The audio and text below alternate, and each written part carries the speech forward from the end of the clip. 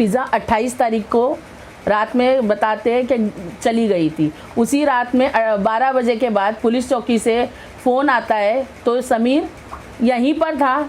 सुबह में 4 बजे तक पुलिस चौकी में सीसीटीवी कैमरा के अंदर था। घाटकोपर पर पुलिस चौकी वाले लोगों ने तो उन लोगों ने बताया कि लड़का बेगुनाह है। हमने सब सीसीटीवी कैमरा कल्याण में और जहाँ जहाँ ये बंदी बताते गई, ट्रेन से गई, रिक्शा से गई, कॉप से गई है, तो उन्होंने सब जगह चेक किया, वो लड़की गलत निकली। बैठी थी घर में तो वो आया, मुझे बोला कि भाभी तुम्हारे हस्बैंड का कल्याण में एक्सीडेंट हो गया है। तो मैंने बोली अच्छा भाई ठीक है। तो मुझे एकदम घबराहट होने लगी। तो मैं बोली मैं क्या करूँ, मैं अपनी आंटी को ना मेरी चाची को मैं फ़ोन कर नहीं पाई।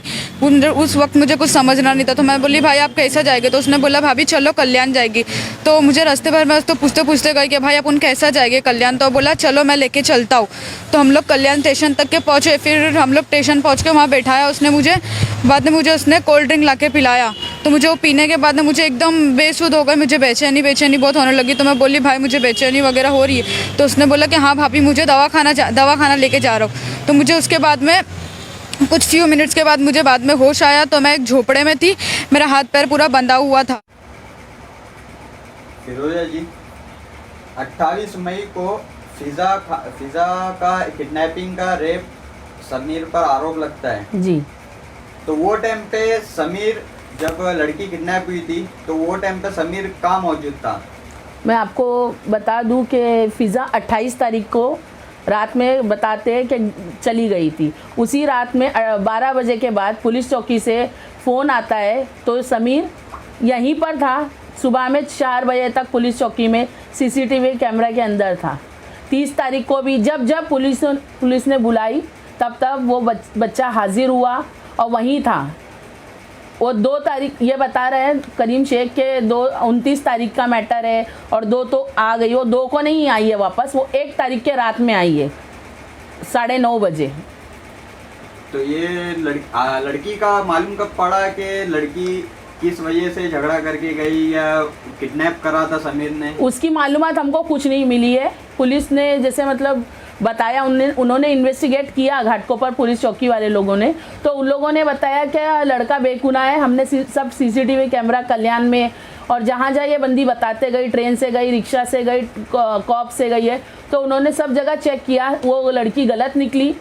समीर को एकदम अच्छे से छोड़ा गया, ऐसा कुछ भी नहीं है। लेकिन जो तीसरा इंसान है, जो मिडल मैन है, इसने इतना तूल दिया है उस चीज़ को, करीम बगीरा जो अपने आप को समाजवादी पार्टी का बता रहा है, तो वो समाजवादी पार्टी का है। करीम शेख ने आके धमकी दी पुलिस चौकी में बाहर कि अगर मैं अभी तक मैं ये मैटर में नहीं पड़ा हूँ, मैं डीसीपी एसीपी के पास बैठूंगा तो वो बांधे हो जाएंगे। वो लड़के को बाहर धमकी दी गई, चरसुल्ला गर्दुल्ला बहुत सी बातें की उसने। और हमारे सामने, मैं भी खड़ी थी वहाँ पर, तो मेरे सामने उसने कहा कि हमको न्यूज़ में चलाना है। तो मैंने बोली भाई अब आपके पास कोई एविडेंस नहीं है, लड़का तो दिन भर यहीं पर आ रहा है, जब पुलिस बुला रही है तब आ रहा है, तो आप न्यूज़ में क्या छापोगे और क्या न्यूज़ में डालोगे? तो वो बात ख़त्म हो गई जब लड़की आ गई और तुमको ये पता चल गया कि वो झगड़े के वजह से, जैसा मुझे करीम शेख ने नोटिस दी है कोर्ट के थ्रू, वकील के थ्रू, कि वो 29 तारीख को गई है और 2 तारीख को आ गई है। वो वाराणसी गई थी और हम लोग को मालूम पड़ा। तो 2 के बाद 3-4 तारीख को ये बंदा क्या कर रहा था, यानी मतलब ये प्लानिंग करता है क्या किसी को फंसाने की? और फिर 5 तारीख को उन्होंने 2 न्यूज़ में, मैं उन लोगों का नाम नहीं लेना चाहूँगी, लेकिन 2 न्यूज़ में करीम शेख ने डाला है कि हमारी सुनवाई नहीं हो रही है, मेडिकल करके आए हम लोग, ये हुआ। जब वो वाराणसी गई थी तो उसके साथ किडनैपिंग और रेप हुआ या नहीं हुआ, ये तुमने क्लियर आउट नहीं करा तुम्हारे वकील के नोटिस में। और जब नहीं हुआ तो तुम दूसरे बच्चे को क्यों फंसा रहे हो? मेडिकल में क्या साबित करेंगे? आपको दावा भी कर रहा था, लड़के को दावा भी कर रहे थे कुछ पैसे का। हाँ, उन्होंने दावा किया था कि अगर 2 लाख देता है, बहुत प्यार से उसको अपने साथ में बुलाया, साथ में उधर बुलाया, देख बेटा मेरे को ऐसा किए वैसा किए सब लोगों ने, तो मैं किया। अभी मेरी एक बात सुन ले, तू 2 लाख का बंदोबस्त अगर करता है वो बोलते हैं कि समीर का घर नहीं मालूम क्या? दिन रात वो समीर के घर के पास ही बाहर होटल पे खड़े रहता है और उसको मालूम है, उसने दावा किया कि मेरे को 2 लाख दे दे, मेरे तेरे अगले पिछले केस जो भी है ना, जो चोरी का, जो खुद करीम बोल रहा है कि रमज़ान में 8 तारीख को, मैं 8 दिन पहले चोरी का इल्ज़ाम है, ऐसा है वैसा, तो बोलता है तेरा पूरा मैटर क्लीन आउट करता हूँ मैं, तेरे से सब हटा देता हूँ, वैसा है। तो ये बंदे ने बोला भाई अभी लॉकडाउन में खाने के वांदे, तो मैं 2 लाख कहाँ से लाऊंगा, मैं नहीं दे सकता हूँ। तो करीम ने बोला ठीक है फिर अभी तू इसका कमाल दे, तू नहीं दे सकता ना पैसा। उसके बाद उसने 5 तारीख को 2 न्यूज़ के अंदर ये न्यूज़ दी है कि लड़का, तो ये न्यूज़ जो चलाया है 2 न्यूज़ में, तो वो न्यूज़ सही है? लड़के की तरफ से न्यूज़ थी कि झूठा? नहीं, झूठा साबित हुई, क्योंकि ये जो 2 न्यूज़ थी उसमें से एक न्यूज़ वाले को बुला के मैंने सच का भी क्लियर आउट की हूँ और पुलिस ने भी उसके अंदर इन्वेस्टिगेट करके क्लियर आउट किया है। बंदा लड़का सीधा निकला, उसका कोई भी प्रॉब्लम नहीं आया उसके अंदर। तो वो पुलिस के ऊपर भी इल्ज़ाम दे रहा है, आप न्यूज़ देखोगे तो न्यूज़ में भी ये दे रहा है कि पुलिस लोग चाय पानी दे के, पुलिस को भी बोल रहा है कि चाय पानी लेकर छूट जाते हैं, वहाँ से छोड़ दिया जाता है। तो लड़की के इसमें सुनवाई हुई पुलिस वालों की? गलत थी, हाँ, सुनवाई लिए ना उन लोगों ने, उन्होंने इन्वेस्टिगेट करे ना। लड़की के बोलने पे वो कल्याण तक गए, घाटकोपर स्टेशन पे सब सीसीटीवी कैमरा चेक किए। वो सीसीटीवी कैमरे में कुछ फुटेज निकला? नहीं, वो लड़की को फिर जब चिल्लाए कि तू गलत क्यों बोल रही, झूठ क्यों बोल रही, किसी को फंसा रही, तो बोले सॉरी मैंने गलत बोली, मैं उसके साथ नहीं थी। अच्छा, जैसा कि अभी करीम उर्फ बगीरा, हाँ बगीरा जी, उनने आपके ऊपर एक कोर्ट के जरिए, वकील के जरिए जी भेजे है कि 7 दिन में हमको इसका जवाब चाहिए। हाँ। तो आपके ऊपर सिविल और क्रिमिनल का केस ठोपा जाएगा, तो ये इसका जवाब आपके पास में है? जी हाँ, है ना। ये मैंने जो पिछले न्यूज़ में मैंने बोली थी कि ये आरटीआई के थ्रू ये डालते हैं, तो उन्होंने मुझसे एविडेंस मांगा था आमना सामना न्यूज़ के माध्यम से।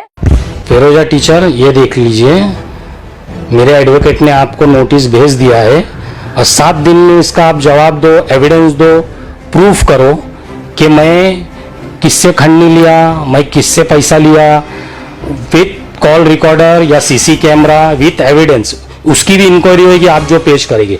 अगर 7 दिन में नहीं पेश करोगे आप, तो आप पे क्रिमिनल और सिविल दोनों मेरा एडवोकेट केस करने वाला है और केस फाइल करने। उन्होंने मुझे अपने वकील के थ्रू लेटर दिया था और आमना सामना के माध्यम से मुझे कहा गया था कि सिविल और क्रिमिनल केस डालेंगे। मैं पूछना चाहती हूँ कि मेरे पर तो क्रिमिनल हाउसवाइफ हूँ, तुम तो मुझे इतने दावे से बोले, मैं सोशल वर्कर भी नहीं हूँ, तो या दावे से तुमने ये बोले कि मैं क्रिमिनल, और यानी तुम पैसा लेके गरीब लोग को डराते हो कि क्रिमिनल और सिविल केस डाल दूंगा, इसलिए बंदे कोई नहीं आते। मेरे पास आपका पूरा प्रूफ है, ये आपने दिया था मुझे और ये मेरा रिप्लाई है जो मैंने करीम को दी हूँ मेरे कोर्ट के थ्रू। अभी ये मुझे साबित करे कि मैं किधर मुझ पर क्रिमिनल और सिविल केस कहाँ ठोक सकता है, ये कहाँ पे मेरा क्रिमिनल है, क्योंकि पुलिस चौकी में मेरा कोई क्रिमिनल और सिविल कुछ नहीं चल रहा है। तो ये बंदे ने मुझ पे आरोप लगाया ना, अब मैंने इसके ऊपर मानहानि का दावा देके इसको मैंने 5 करोड़ का मानहानि का दावा दी हूँ। अब ये मुझे साबित करे। और सेकंड पॉइंट मुझे बोलना है कि अगर मेरे से उसकी तू मैं चल रही थी तो इसने मेरे हस्बैंड को नोटिस क्यों भेजी? उसने पॉलिटिक्स कुछ बोले, आप लोग पॉलिटिक्स कर रहे हो। हम नहीं कर रहे, उसने किया। मेरे हस्बैंड के एड्रेस पर उसने ये लेटर भेजा, उसने पॉलिटिक्स चालू करी। वो ये बताना चाहता है कि समाजवादी पार्टी बीजेपी पे भारी पड़ रही है, ऐसा कुछ नहीं है।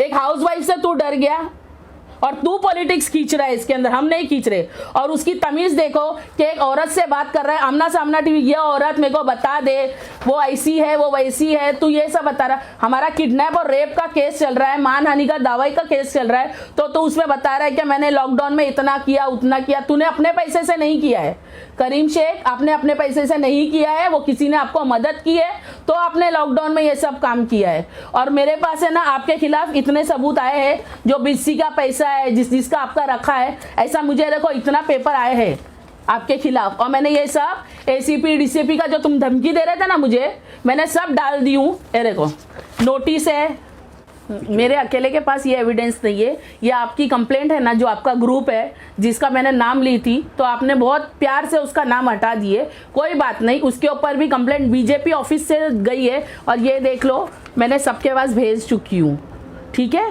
तो अभी ये सब मैं तुमको ज़रूरी नहीं समझती हूँ बताना, लेकिन मैं अभी बता रही हूँ, और बाकी का जो प्रूफ है ना, एविडेंस बोले, वो मैं सब कोर्ट में बताऊँगी।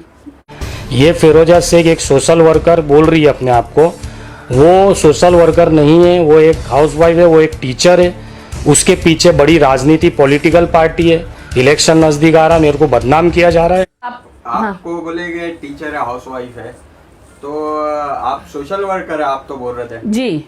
वो उनको पता नहीं था, वो किसी ने उनको खाली मेरी आधी मालूमात दी, और दूसरा एक आमना सामना से वो घड़ी घड़ी फिरोजा शेख, वो बंदा ये भी नहीं जानता कि उसके हाथ में वकील का पेपर है, उसमें फिरोजा अतीक खान है, मेरा खान सरनेम लगता है। इसको एड्रेस कहाँ से मिला, जो भी हेल्प किया है उसको, अभी वो भी मिल के जितना भी आगे कर सकते हो तुम लोग करो, मेरे पास सबका सब एविडेंस है, मैं फुल तैयारी में बैठी हूँ, लेकिन मैं कोर्ट में बताऊंगी। और वो बोल रहा है ना हाउसवाइफ है, उसको वो मालूम नहीं था, क्योंकि मैंने वो शो नहीं कराई थी चिराग नगर में, मैं एंटी करप्शन ब्यूरो में as a vice president of Ghatkopar, मैं as a vice president of Ghatkopar हूँ।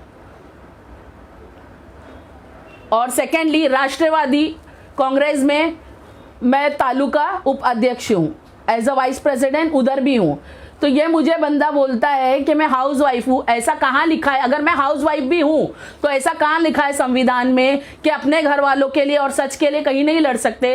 तुमको ज़रूरत पड़ती है घड़ी घड़ी ये बताने की मैं तालुका अध्यक्ष हूँ तो मैं ये कर सकता हूँ, और तुमने आमना सामना के माध्यम से ये भी कहा है कि मैं पहले इन्वेस्टिगेट करते हैं हम लोग केस को, फिर जो सच रहता उसको मदद करते।